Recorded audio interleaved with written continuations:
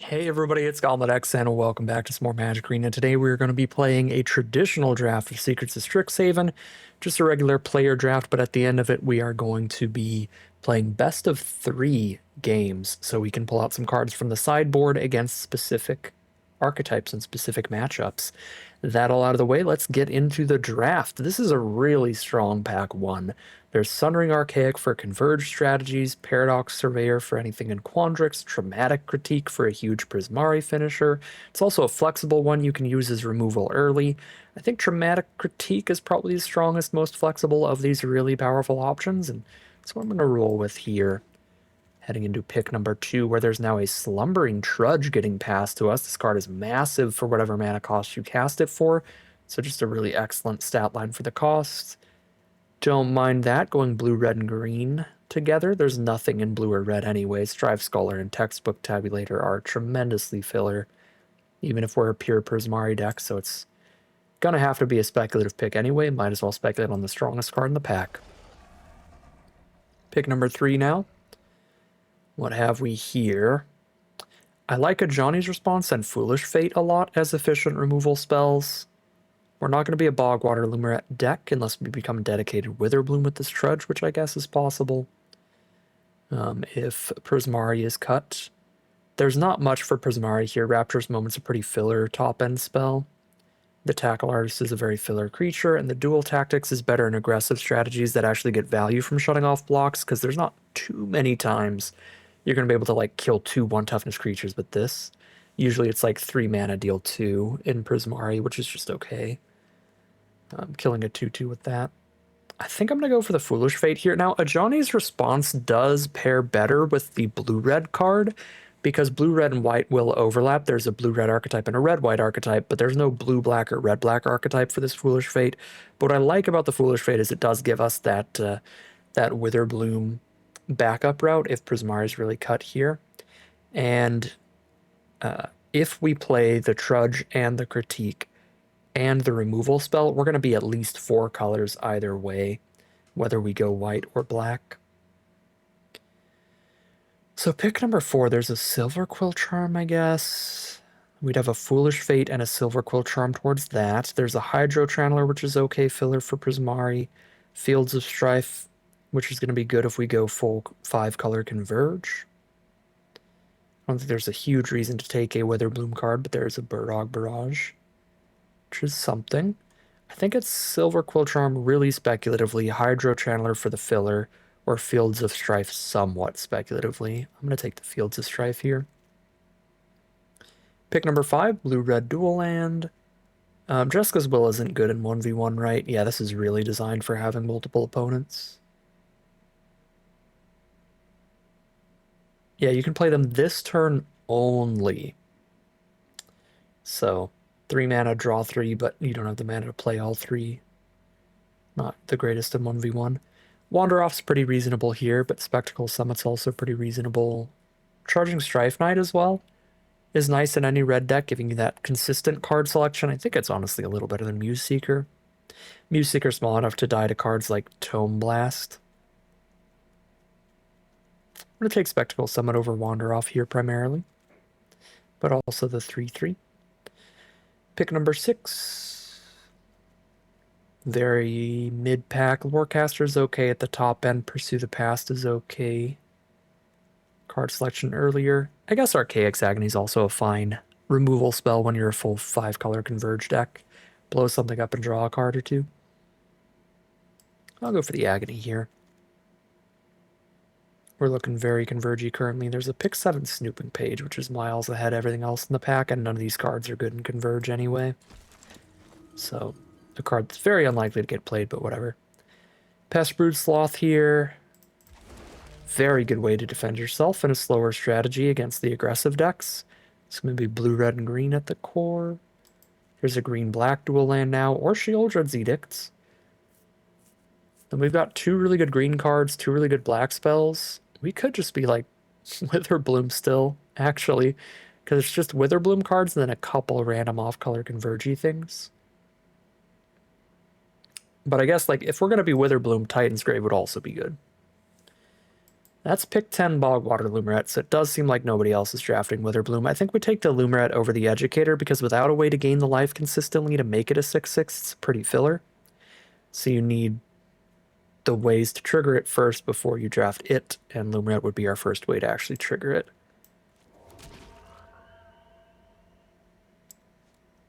Okay. Pick 12 Silver Quill Charm 2? Shoot, we just take black spells super high right now. And then see if that means that we go green-black or we go white-black. Or maybe overlap the colors a little bit. Currently, I'm leaning more towards green than white, because we have that Slumbering Trudge and Pest Brute Sloth. Those are both really good. I mean, our white spells are quite good, too. Silver Quill Charm and Snooping Page, but not quite rare level, like Slumbering Trudge. So stock up, which is pretty sweet, but the way this draft went doesn't look like doing the Prismari Spellslinger stuff is where it's going to be at. We didn't see a lot of good Spellslinger Prismari cards in general at all. Didn't really get any Tome Blast, Violent Outbursts, stock ups, anything like that throughout the entire first pack, but what we did get was a lot of Witherbloom, so I think Essence Knit Scholar and lock in on that strat should be really reasonable here. It's one of the weakest schools in the set, but the set's balanced enough to where if it's wide open, it's still going to be a reasonable deck. It's still going to be the best deck that we could draft in this pod if it's the most open archetype. So now there's a Stirring Honormancer. There's a Burrog Barrage or a Banemaker in Witherbloom, which are just super filler site. I kind of just want to take the Stirring Honormancer, even if we're much more likely green-black than white-black. Maybe we will just do a teeny bit of splashing in the end, if nothing else.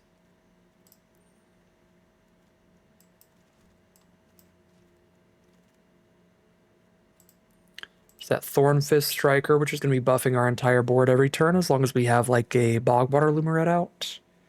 So that'll be really good. But there's also a second Stirring Honormancer, which tempts me a lot. And that makes me think like, well, what if we play Silver Quill and splash a Trudge or something, you know?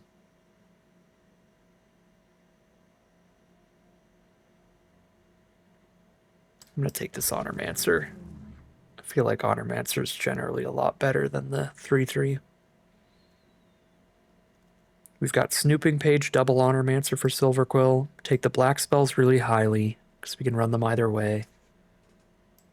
We have 4 white cards and 4 green cards. We are just right in the middle here. Shopkeep is so mid in Silver Quill that I don't think we can hedge the bets by taking a black spell here. We have to take a card for Silver Quill, or we have to take a card for Witherbloom, and there's really no in between. I think Mascot's a bit better in Witherbloom than these white spells are in Silver Quill. Okay, here we can hedge the bets. Send in the Pest is going to be fine in either deck. Better in Witherbloom, but fine in either. Cost of Brilliance is fine in either, but better in Silver Quill. We've got more green than white now, so we'll take the one that's slightly better in Witherbloom. No black spells here, so we take the filler white card. Last Gasp is a great black spell we will play in Witherbloom or Silver Quill. Really happy to see that one. A third Stirring Honormancer or a second Essence Knit Scholar. We could just be either. We could be anything but our pack 1 pick 1. When you take a blue-red rare and then those are the only colors being drafted. Witherbloom and Silver Quill wide open here. Good lord. Yeah, I kind of agree with Scholar at this point. We did just end up taking multiple cards in a row that are better than Witherbloom. Maybe we can get the fixing to still play all these Honormancers at the top of our curve. Snooping Page pick 10. This is crazy. I gotta lock in. It's way too late to still be like, maybe I'll also be Silver Quill. No. We're Witherbloom at the core. The question is if we get the fixing to play the Honormancers.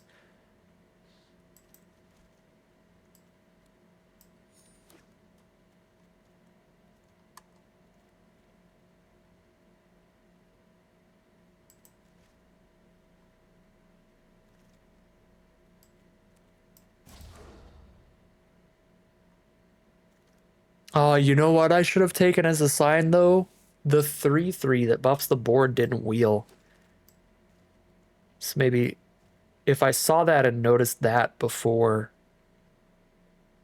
I saw that other snooping page wheeling, maybe I should have taken the other snooping page. If I saw that before the Stirring Honor Match, I should have taken the Honor Match. But I think I got this Scholar like pick 8. It was the Honor Mancer Scholar pack, so we didn't know if we wheeled the card yet.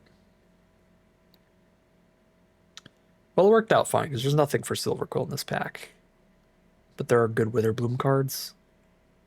I really need some more 2-mana creatures badly over anything else. I don't have a lot of removal either, though, so let's go Witherbloom Charm against the small stuff.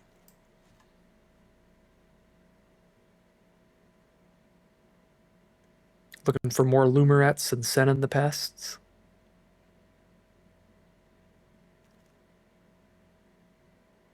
There's a 2-mana creature, Infirmary Healer. We could have just had like 5 copies of Honor Mancers. It's insane.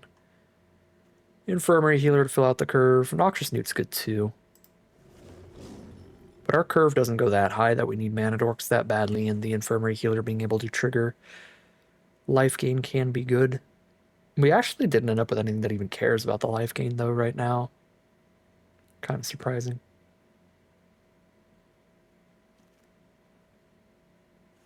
Well, there you go. Now we do. Scheming Silvertongue. Any turn we gain 2 or more life, we also can draw a couple cards off that Sign in Blood.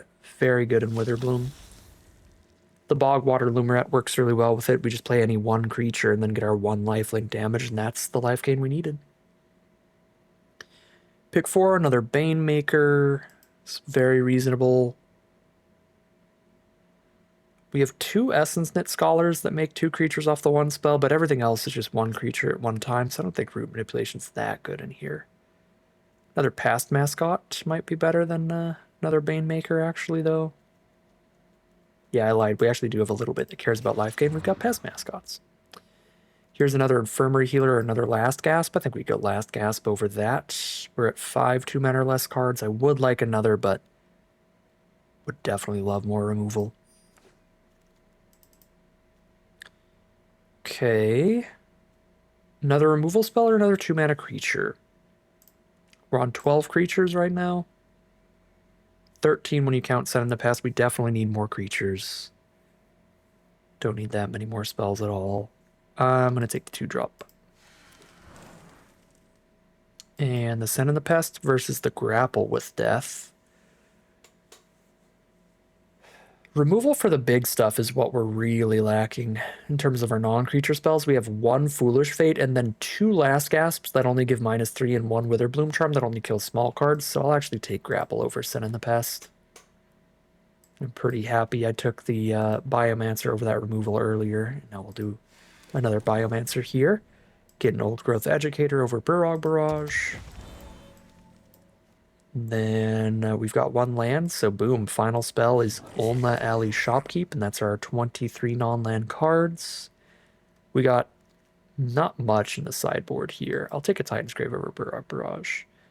I guess what we can do sideboard-wise is try to play some of the white spells and be like a 3-color deck with more card draw. If the game seems like it's going to be really grindy and we have time to dirtle around with our mana. It's not nothing. We could throw a Locust Spray in the sideboard as well. Alright, well, built the deck as we went, so here we have just a fine Witherbloom deck here. I do think with what we ended up seeing by the end of the draft, if we'd managed to get into Silverquill and stick to it from the very start, that probably would have been stronger than this Witherbloom deck, but this deck looks pretty reasonable too. I'm not going to run a second one of these for the Legend rule. We'll call it a deck here, hop into the gameplay, see how far this one can take us. Alright, here we are on the play for game number 1.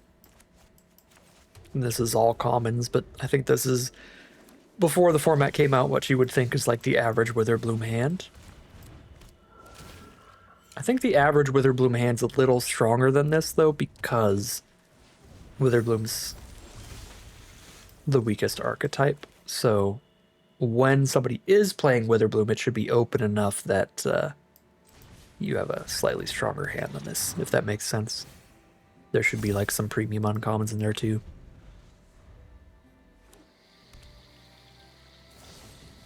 Unsubtle Mockery, the Pest Mascot, sadness.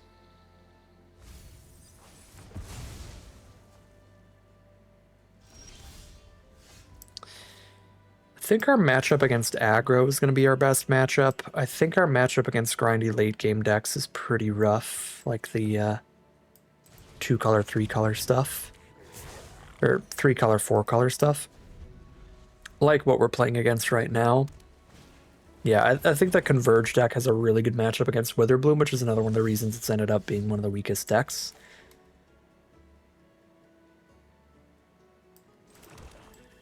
It's because the strongest deck in the format just has a really good matchup against it. Witherbloom is generally pretty mid-rangey, and mid-range kind of gets eaten up by just decks with huge late game like the Converge strategies.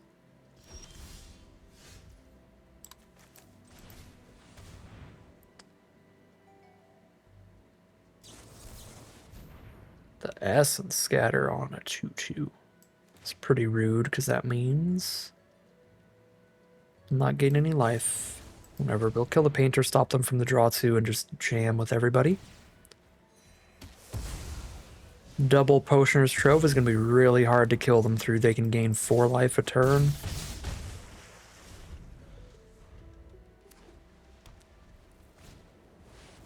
There's Orisa for another draw 2. We killed one of their draw 2s, but they play a different one. Very rude. And a Johnny's response on the Shopkeep. Grapple with Death is the draw.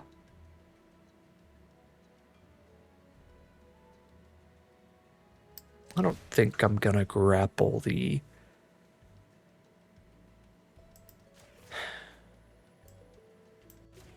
I don't think I'm gonna grapple the Orisa here.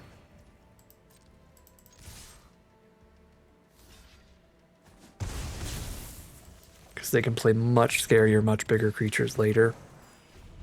I went for Shopkeep and Biomancer here because the longer this game goes on, the less chance we have of winning, the higher chance they have of drawing some ridiculous Converge spell. So I'm grabbing a creature that I can cast right now, and then I'm picking Shopkeep over the Pest guy so that I can have creatures here that's... so I can like trade the Loomrat off and still expect this to be decently beefy. Oh...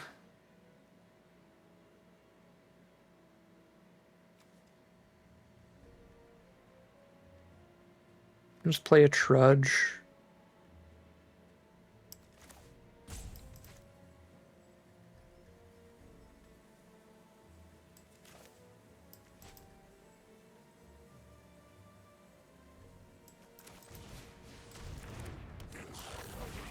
I think I'm going to play a stunned Trudge just to play mana efficient, get it out of the way. Because I really need to be able to be activating this Biomancer every turn too. Just embrace the paradox, gain 4, draw 3.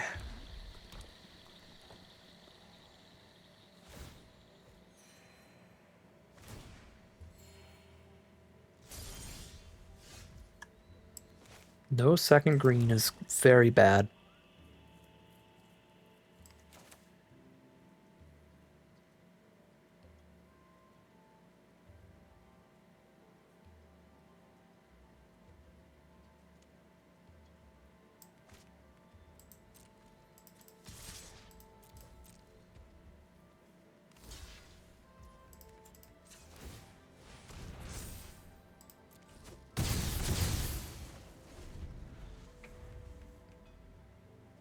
That turn would have been pretty incredible with the Forest as the draw. Paradox Surveyor, another 2-for-1. Draws their own Slumbering Trudge. And there's the Sundering Archaic for another 2-for-1. This is the kind of late game that just houses these Witherbloom mid-range decks.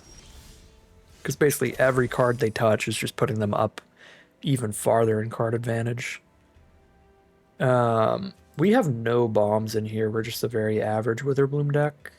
Yeah, we have no draws that are ever flipping this game. Let's just move on.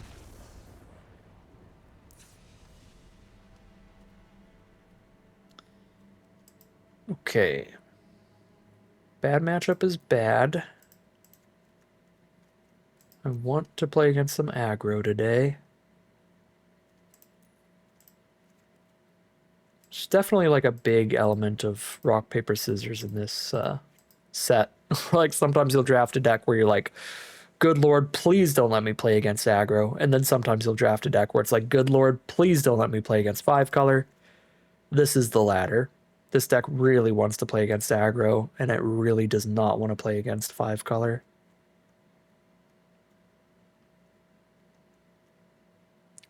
Put a couple Honor Mancers in there for a couple more 2-for-1s of our own.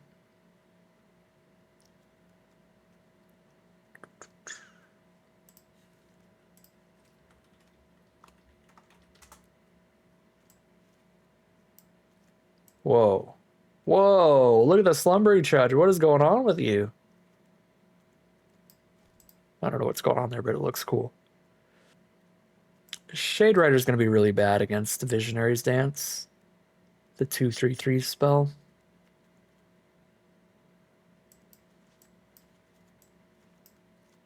I only have a few pests, so we'll cut Arnon and Shade Rider for double Honor Mancer here. Go 8/8 split and have a few planes as well. Not great, but I don't think I can afford to mulligan it.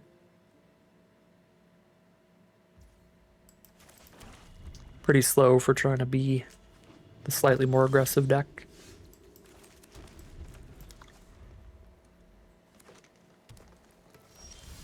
Well, now we're curving.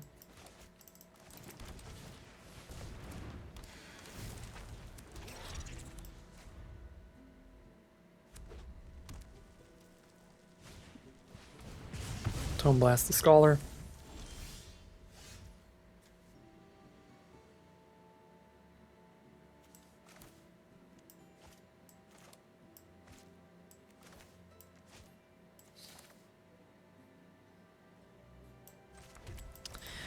Go mana efficient here and play the Sloth over the Past Mascot. Kind of wanted to play the Past Mascot, get as many triggers on it as quickly as possible. But I think this feels better. Whew, they got the stock up too. They have 4 colors already, turn 4.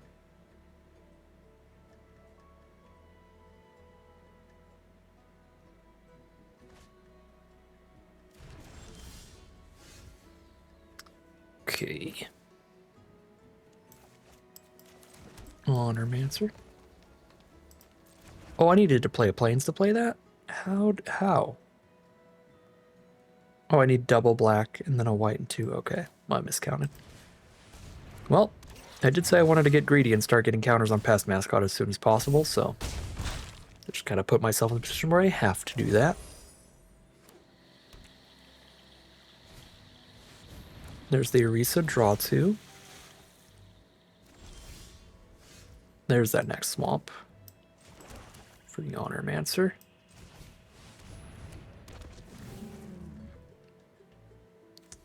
Scheming Silver Tongue.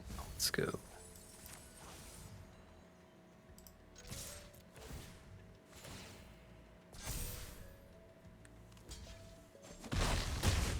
Put them to 6.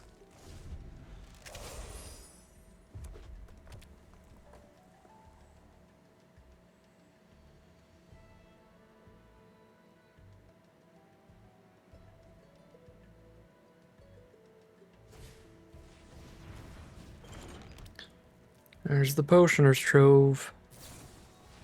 Johnny's response with the mana to just gain life. Go up to 8. That's dead to removal, but I have no removal.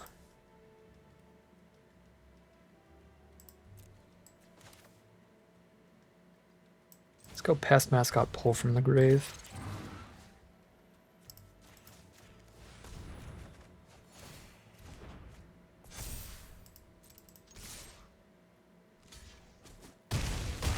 Get the Tramplers rolling.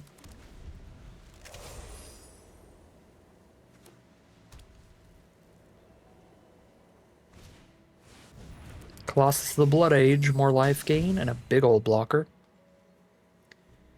They're technically dead on board, though, so they need a cheap removal spell. Okay, we definitely play Biomancer pre-combat. to get another counter on Pest Mascot.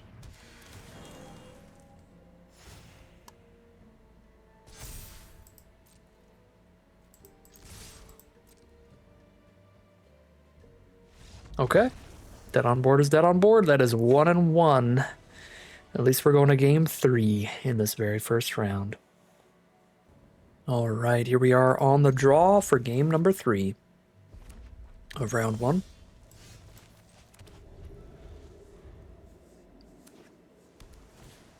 There's Sonar.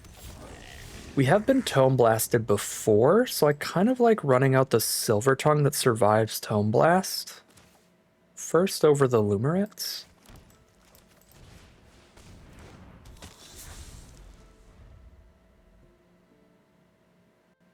Sonar is a really good start for our opponent too, because it's going to block a lot of our ground damage, and it's going to give them a treasure basically every turn to get to their big spells.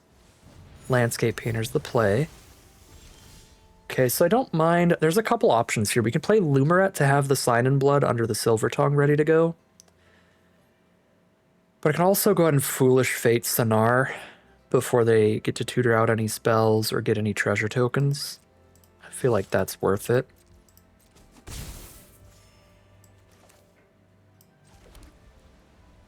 It's also tempting to just run out the Shopkeep here.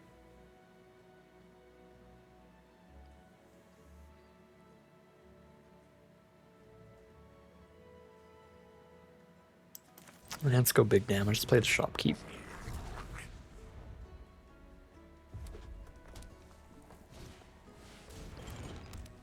There's Potioner's Trove.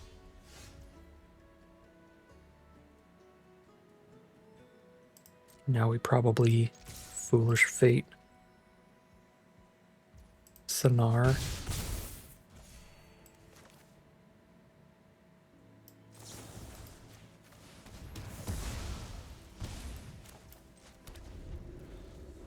Okay.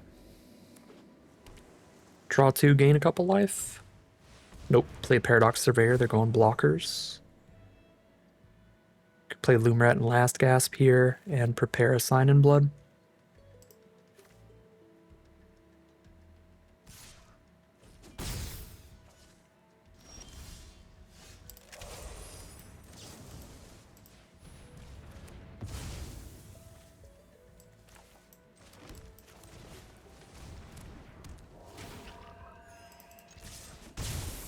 They're down to 8.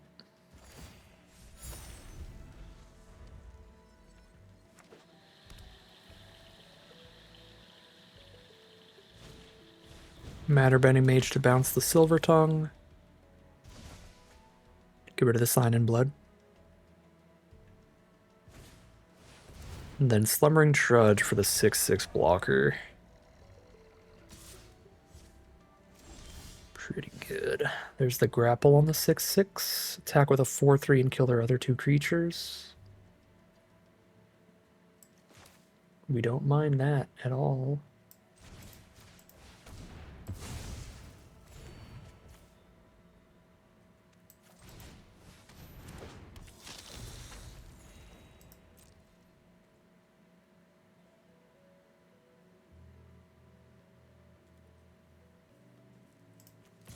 I think I don't attack with Lumeret here, because I think it's pretty bad if they take 4 and then... But then they kill Lumeret.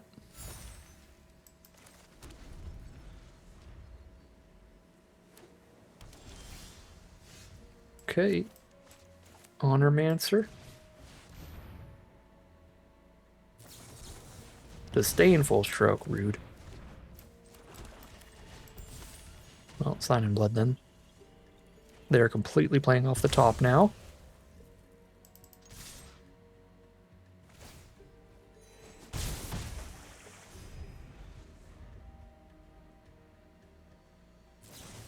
Finds them a Stress Dream. Card is an excellent top deck. Removal plus draw another spell. Ooh, well, there goes that other spell. Oh, it was a mountain in the top 2. Stirring Honormancer. Find a Last Gasp, that's not great. But we got those lands out of the way. We do have lethal on board if they flooded out here. They did not. They got a Tome Blast to clear out our 2/2 and our 1/1. Yep. That one was a good draw. And this one's a good draw.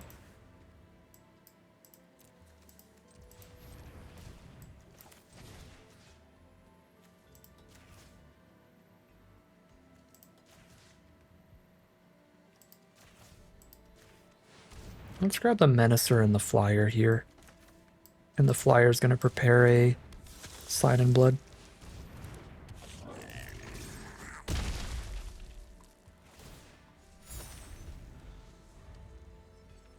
I don't know, it might have been best to still just take like Silver Tongue and another Honormancer, but they did flood out a bit in the end. Really lucky for us. I don't think that matchup was great. I think they had the better deck. But we just drew a bit better, and that's going to give us a victory in the first round. We are 1-0 heading into round number 2. All right, here we are on the draw for game 1 of round number 2, playing against a red deck here. I'm going to hope it's Lorehold. I think we got a reasonable matchup against them. But if it's another 4 or 5 color deck, I'd be scared. It is Lorehold. All right, this will be an interesting matchup.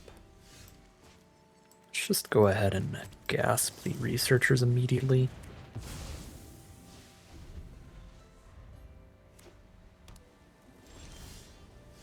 Okay, here's a shopkeep.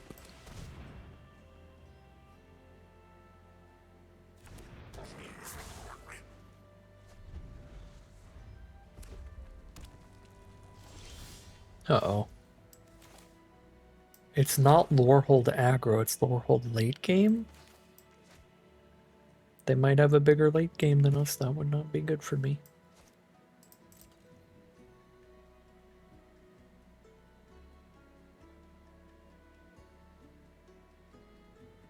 Either that or their opening hand just kind of sucks. But maybe it's one that's just full of those like 6 mana Colossi. That would not be great.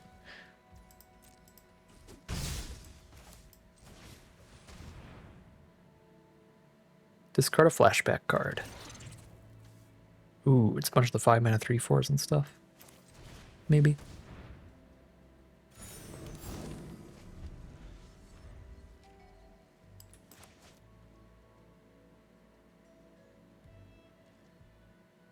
Oh, let's go. They missed land 5. That genuinely could be huge. Because there's also like 5 mana removal spells in red and white. Although the 5 mana white removal spell can also be cast for only 2 mana if it targets a tapped creature.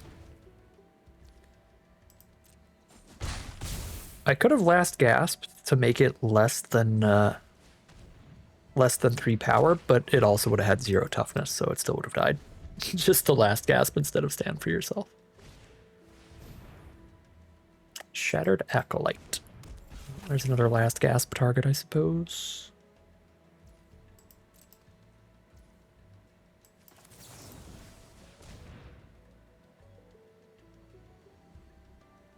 They're running like the 1 mana +2/+2 in white.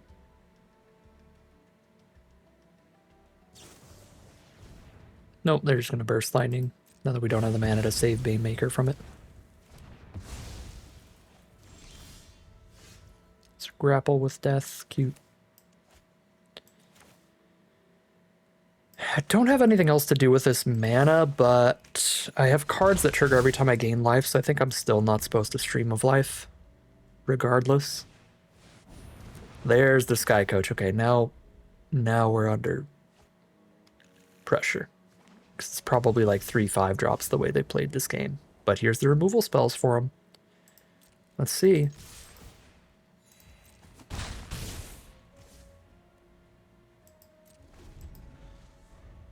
Could grapple the Sky Coach there.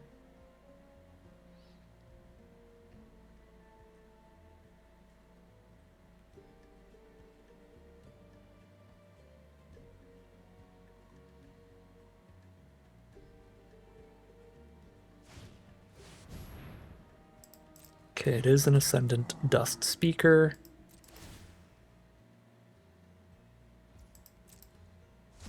I'm gonna wait till I gain a life to kill that. Oh, well, there we go. Means let them crew the Sky Coach, and the Sky Coach could trade into Infirmary Healer. Yeah, I think that's fine.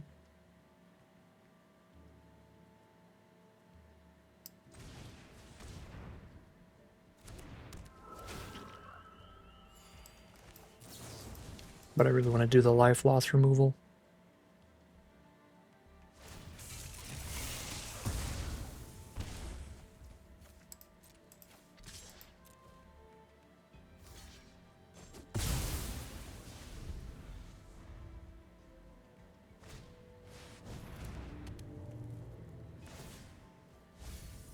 Arc of Hunger immediately draws them a card, gains them a life. This is one of the best rares in the set. We have to grapple that, but that means that any creatures they have are now free to wall us off.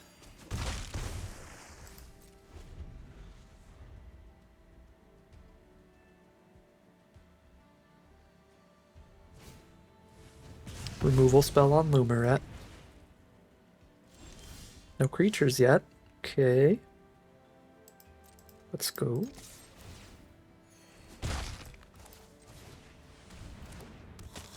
Kill them in 2 more swings.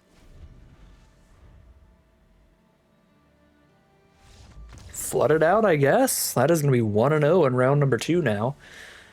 This matchup looks reasonable.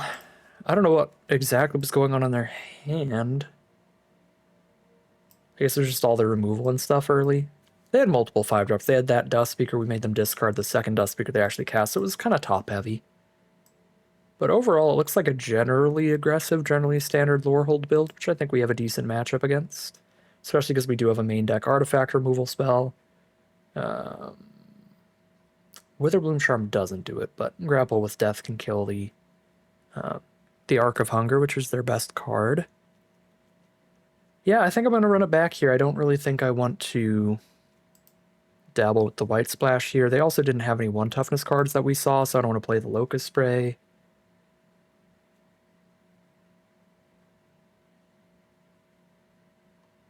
Efflorescence might not be insane against damage-based removal, like Burst Lightning and Impractical Joke.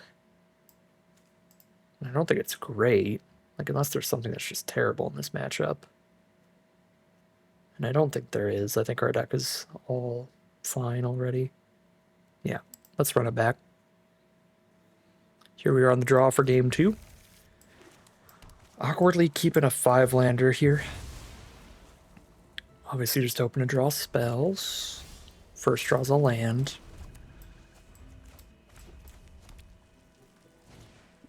Spirit Mascot will start them off.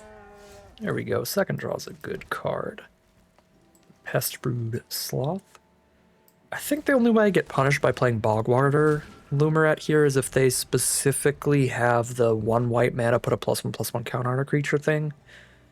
They could double cast that and that thing would be like a 5/5, but I don't think the mascot should get more than 1 counter here. Okay, and it gets nothing. Unfortunately, they did have Burst Lightning for the Lumaret before we play our Old Growth Educator, so our friend's gonna die. Let's just go ahead and last gasp a mascot before they have any mana untapped.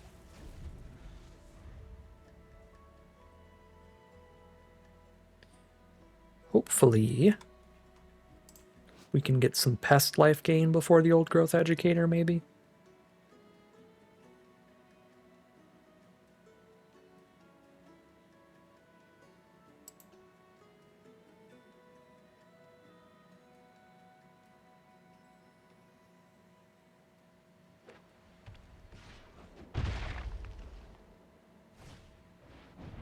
Hop to it for a bunch of 1/1s. Here's my roadblock.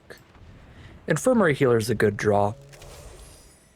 Because it means if nothing else, they got the Arc of Hunger again. It's probably just going to bomb us out this game. We have a 1 in 29 chance of drawing the artifact removal. Unfortunate. But Infirmary Healer is a good draw because it's going to make sure that we get the life gain trigger for the Old Growth Educator. But even that is kind of irrelevant against Arc of Hunger at this point.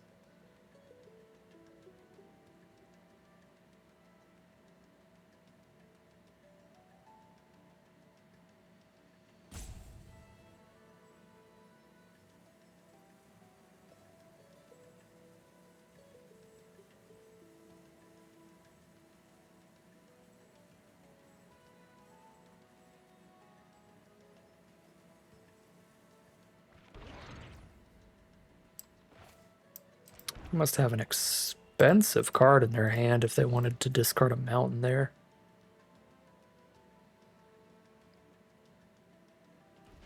Or if they didn't want to discard a mountain there, like if it took them so long to think on that. They got a 6-drop in hand. Oh, Molten Oat's a good mill.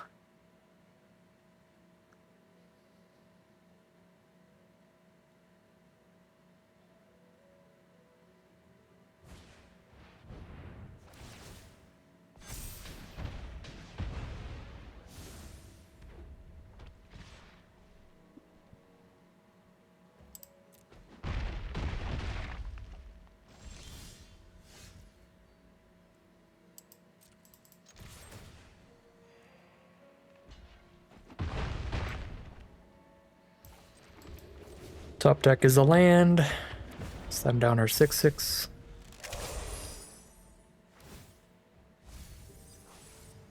Arc of Hunger draws Rapier Wit. Just Arc of Hunger things.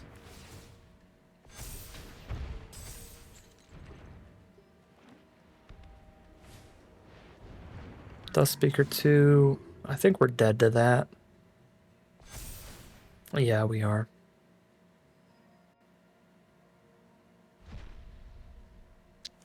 Man. Alright. Got arced. They had arc in each game so far, but we had our removal for arc in the first game.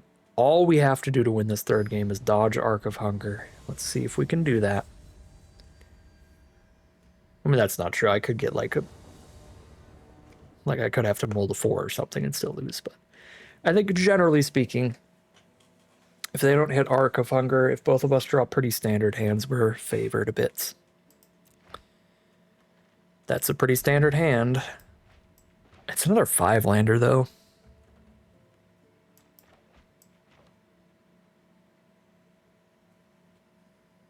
Let's see if we can dodge the Arc of Hunger this time.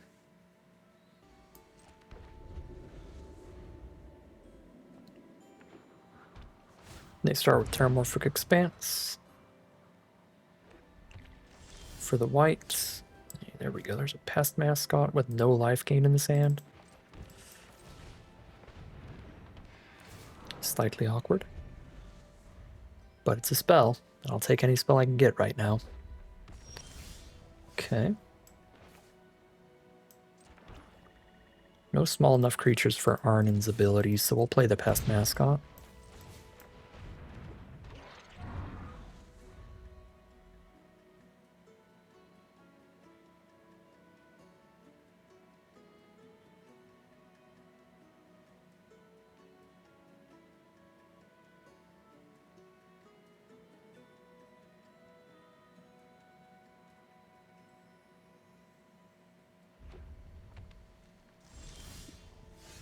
Send in the Pest. Feels better than playing Arnin here.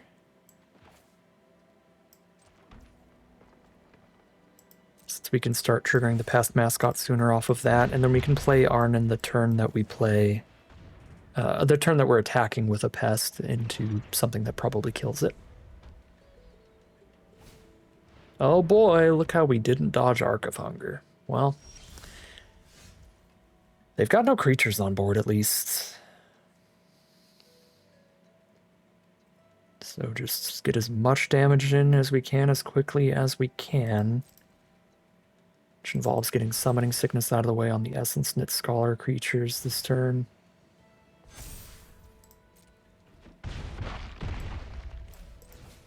Here we go. They are down to 8, facing a lot of creatures over here.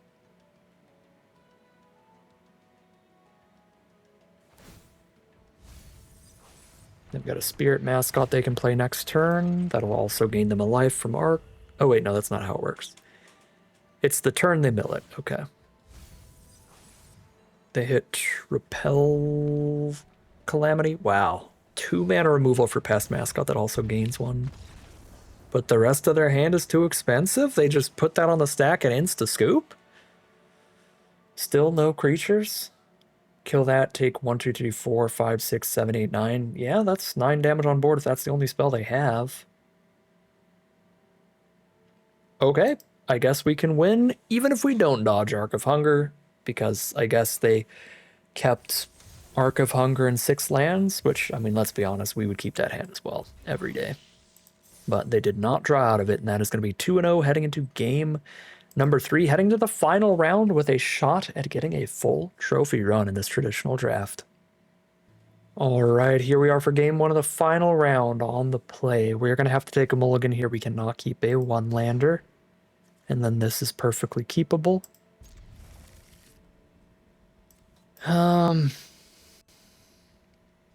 Feels really rough to ditch the removal spell. But the 2/3/4 curve out is like, it's really where it's at. I mean, I could ditch a land, and if I draw any lands, then we still can do it. Doesn't matter what lands we hit because we have the duel. But we're on the play, not on the draw. I'm going to ditch the removal. Just guarantee the 2/3/4 here. Playing against a red deck, there's Essence Knit Scholar here too. Add to the stack. If we knew this was on top, we would easily have just tucked away the Shopkeep. Curved in with Scholar instead. Another lower hold deck.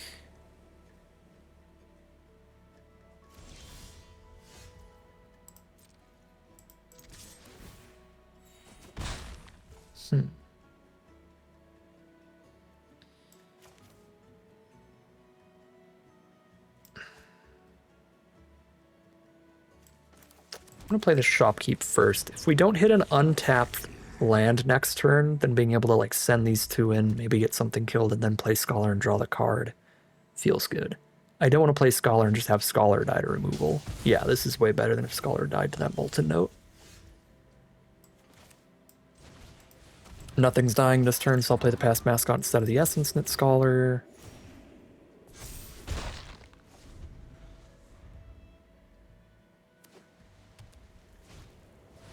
Tackle Artist, okay.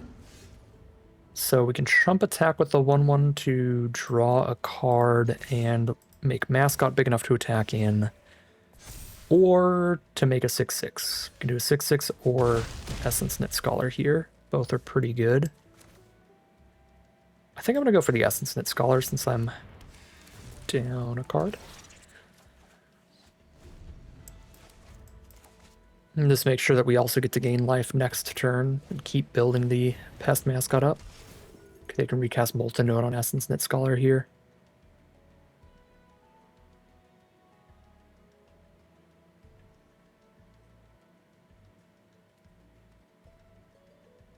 And I guess they could hit the Pest token to stop Pest Mascot from growing.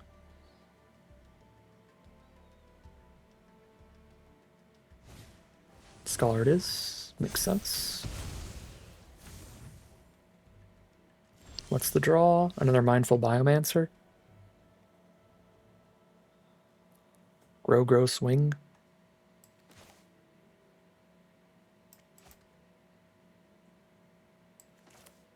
It's enough power to kill both their creatures if they double block. Without having to Trump attack with the Pest either.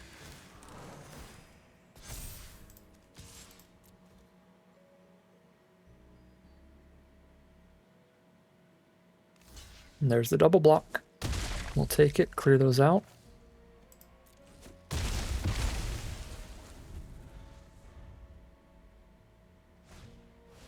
Owlin Historian.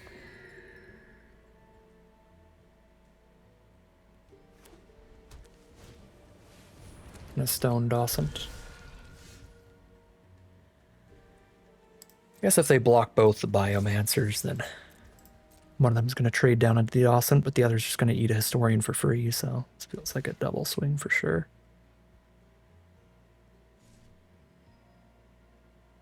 I think it's really bad for them if they block just one of them. Cool. 6/6 is bigger than a 4/4.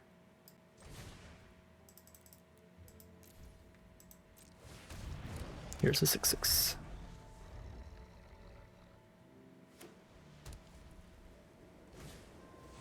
Group Project. They can get a couple 2/2s here, but then they've only got one blocker untapped. It's pretty bad at 10 life. They're going to go for it. Just a single blocker untapped here. Means we go big. They block a 6/6, take 5, 7 damage if I buff. Yeah, they have to just trump here anyway. We can make our biggest threats. Yep, this is what I was saying earlier. I think we just have a good matchup against Lowerhold and Silverquill because we've just got the beefier creatures in the mid game. Sure, kill the Educator. They're dead to Shade Rider if we hit the mana, and we do hit the mana. I guess they're not dead to it. They go to 1 technically. They're basically dead to it. They have to chump one of these. Ooh. If they block like that, they are dead. Actually dead even without activating Shade Rider if they blocked like that. Okay, is it better to Shade Rider and put them 1/1 or just kill the Owlin and keep a Biomancer? I feel like it's better to just kill the Owlin.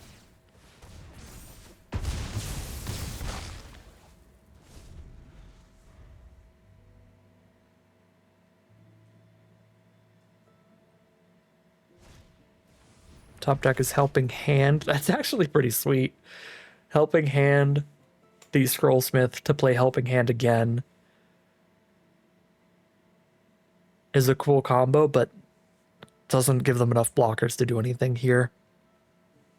But also, like, being able to have Helping Handed the Scrollsmith to then, like, get a removal spell also is cool. Oh, they don't even have a removal spell engrave. Rough.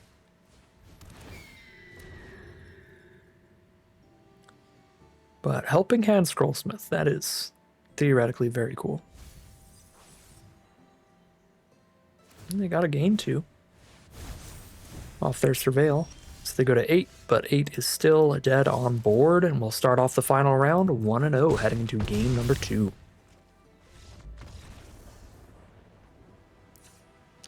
We did see a Stone Dawson. We could play the -1/-1 spell, but that was a single card that we saw that was 1 toughness.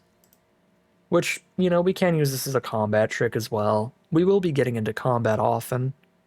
We're guaranteed to be on the draw. Yeah, I'll play this over my 17th land, actually. And hop back in there. I think we can go 16 lands on the draw. Well, we've got that extra draw step to find mana.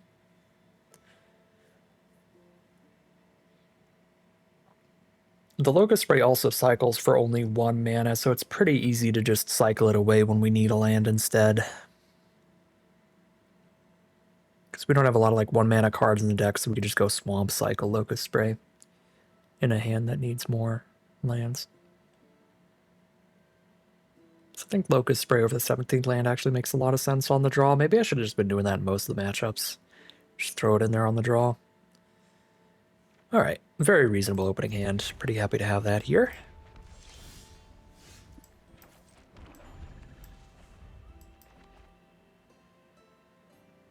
I think I'm playing Lumerette over Sen in the past. We're just trying to fill the grave for pull from the grave as quickly as possible so that if I float out or something, I still have relevant spells to cast just by having creatures in grave.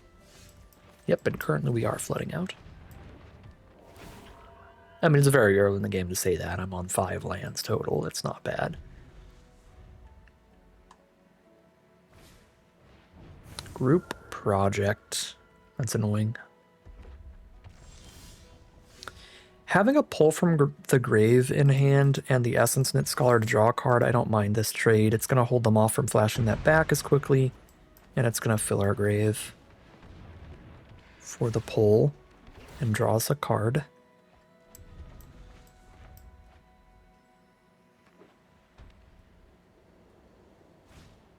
There's the Tome Blast on Scholar. Tome Blast is very good against us. Being able to kill our Scholar and our Lumerette is rough.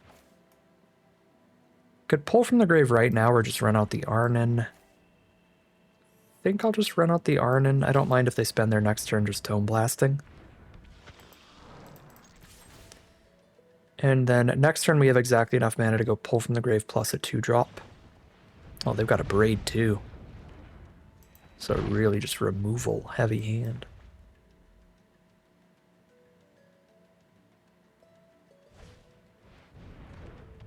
You know, maybe it's going to be better to pull from the grave just both the 3-drops. I don't know. We can spend this turn foolish fading and sending in a pest.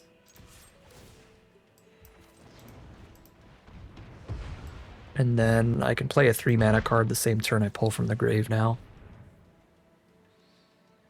By waiting till turn 6. So throwing removal here keeps them off another creature, keeps them away from that group project. Get rid of a helping hand, so they're down to the one card in hand in their top deck. They play Ascendant Dust Speaker. It's actually horrific timing. Literally right on time. Brutal.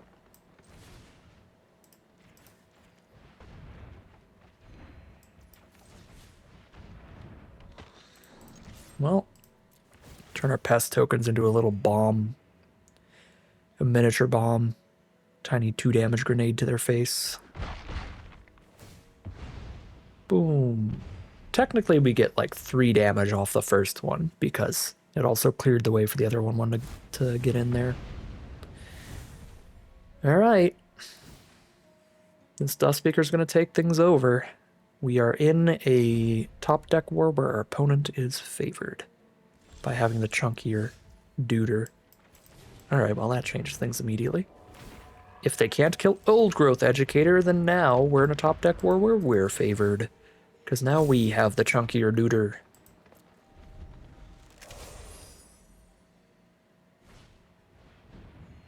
Ooh, Pursue the Past is very good here. Discard 1, draw 2, do it again. Just really find whatever they need. Find a Tackle Artist. And that's enough toughness to double block Educator, and I only kill one of their cards. Well,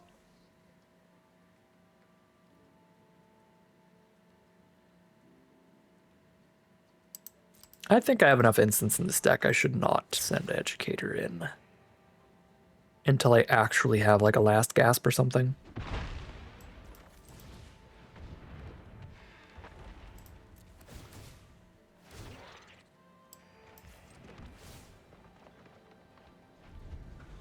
Baitmaker's kind of good here. I've only got 3 black though, so I can only make it a 4/4. Seize the Spoils. They do have a pretty good late game in their deck that gets me nervous. Not that we've seen any like super explosive spells individually, but just a lot of card draw, card selection.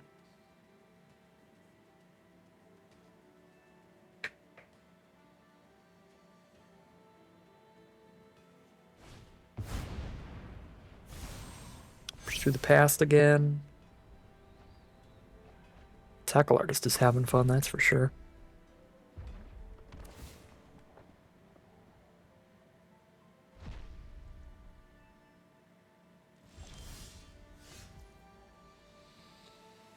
Dome them for 6 or get a trade and draw a card. Feels decent. Trade draw a card it is.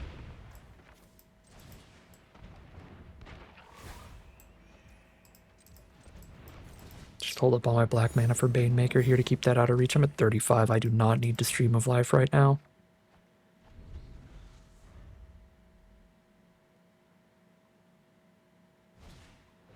Owlin Historian.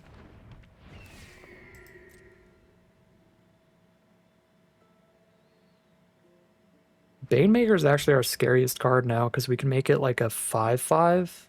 It would just trade into both their creatures on a double block, and otherwise they just can't block it.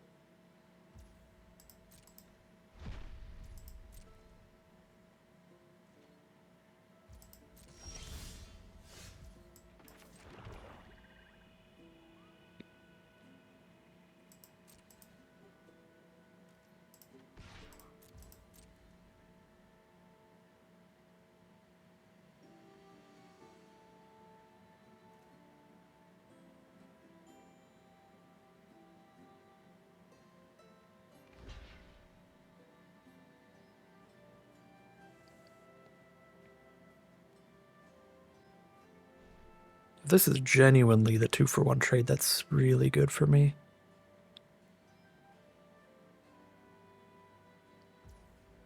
Yeah, they really don't have good options there.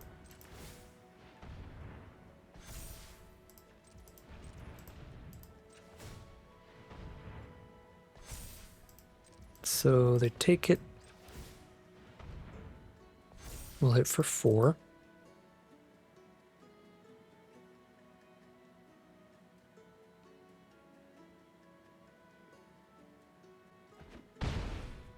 So I can play a pest mascot.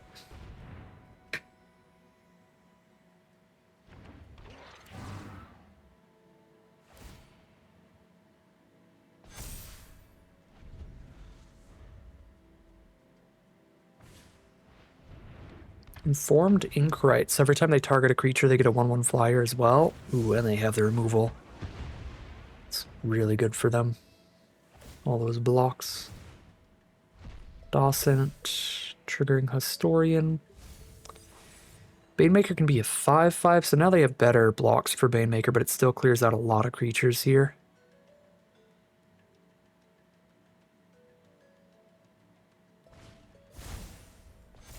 Ooh, certainly if they do that, it's definitely getting in.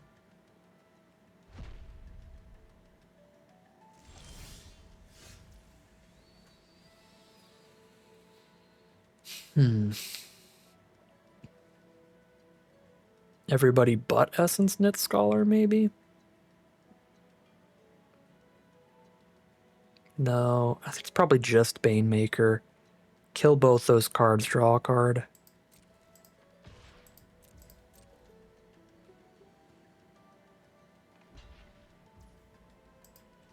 Or just eat a 2/2 for free.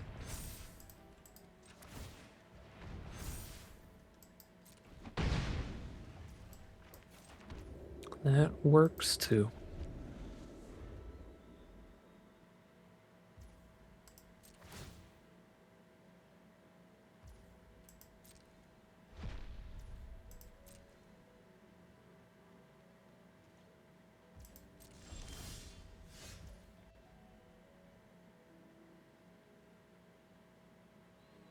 Blow up the Informed Inkrite if we want. We can also sack a land, draw 2. These both look really good.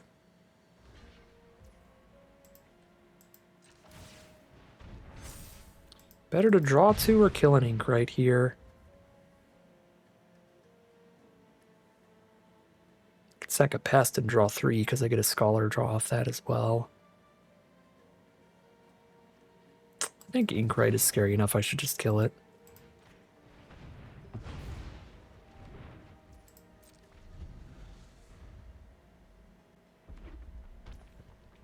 Some Flood over there.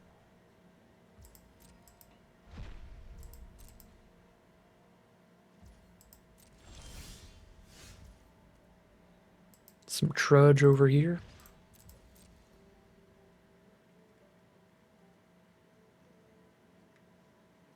We have so much black mana now that they can't even double block it and kill it. We just make it a 6/6 and eat both of them.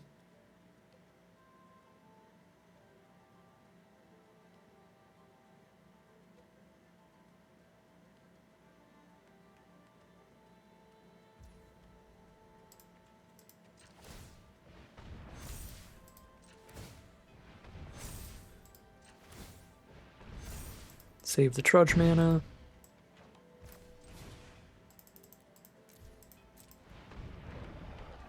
I don't think that there's a board wipe in Lore Hold, but if there is, I could hold off on the Trudge to play around that.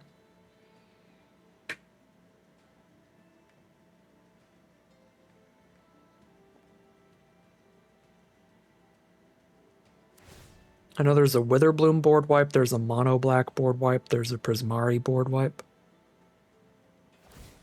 There's a red uncommon as well.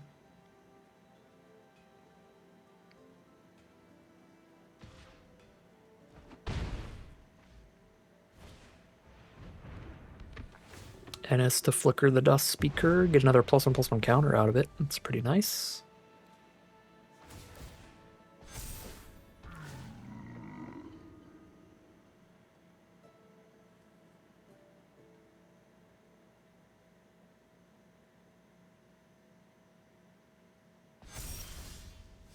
Grapple with Death.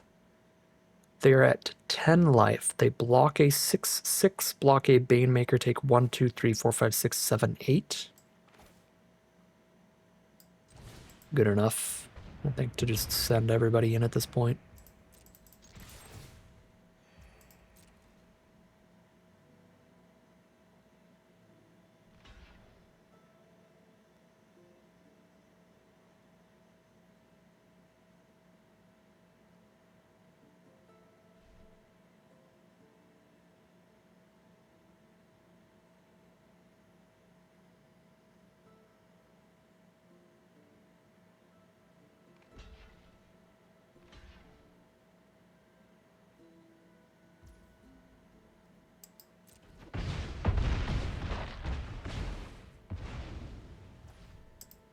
Pass, draw our Scholar card.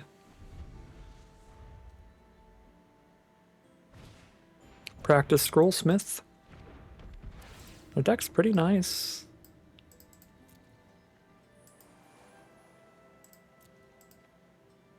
But we're just drawing the better stuff in the matchup. Do the helping hand thing again.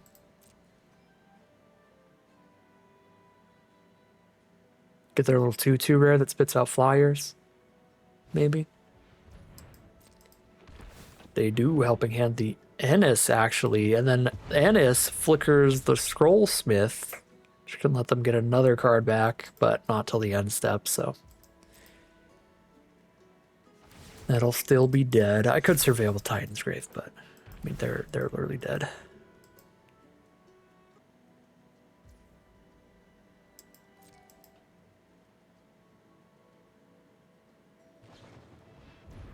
I mean, I guess maybe the other card in their hand is a 2-mana removal spell. Better safe than sorry. Mill that land. And get in there. Have to be a really good 2-mana removal spell, though. Like a Lightning Helix. Which I don't think is in the set. Alright, we do get the victory in the end. Pretty standard game there for that final match. Pretty standard match for that final round. We said during the draft, during the deck building, and then again during the gameplay, Witherbloom, like, if it's open enough and you just get a solid Witherbloom deck, then you have a good matchup against the aggro decks. So I think Witherbloom is favored against Lorehold and Silverquill. But it's just weak against the big late game decks like Prismari, Spellslinger, and 5-color. Those are really scary matchups for Witherbloom, and they're some of the strongest decks in the format in general, so you run up against them a lot. Luckily enough for us, we played against 2 Lorehold decks in a row for our final 2 rounds, so we just had a favorable matchup there. And we got pretty lucky in the matchup against 5-color to dodge some of their bigger spells and just push a lot of damage early. So, great stuff from a pretty standard Witherbloom build. This is far from the best I've ever seen a Witherbloom deck be, because there was at least one other Witherbloom drafter in the pod. One of the Old Growth Educators didn't wheel, and specifically the 3-mana 3/3 ward one that buffs your whole board, that card didn't wheel either.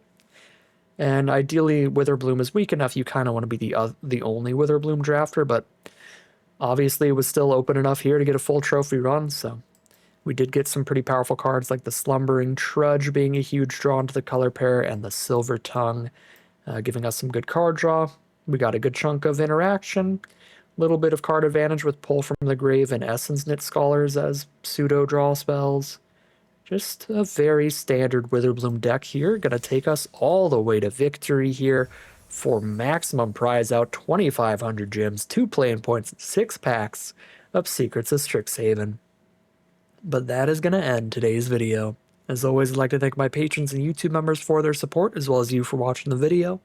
If you enjoyed it and you're interested in seeing some more, you can always like, comment, and subscribe to tell the YouTube algorithm to send us more on your recommended feed. If you'd like to support the channel directly, you can check out the Patreon link in the description below. And other than that, as always, thank you very much for watching, and I'll see you again soon for some more Magic Arena.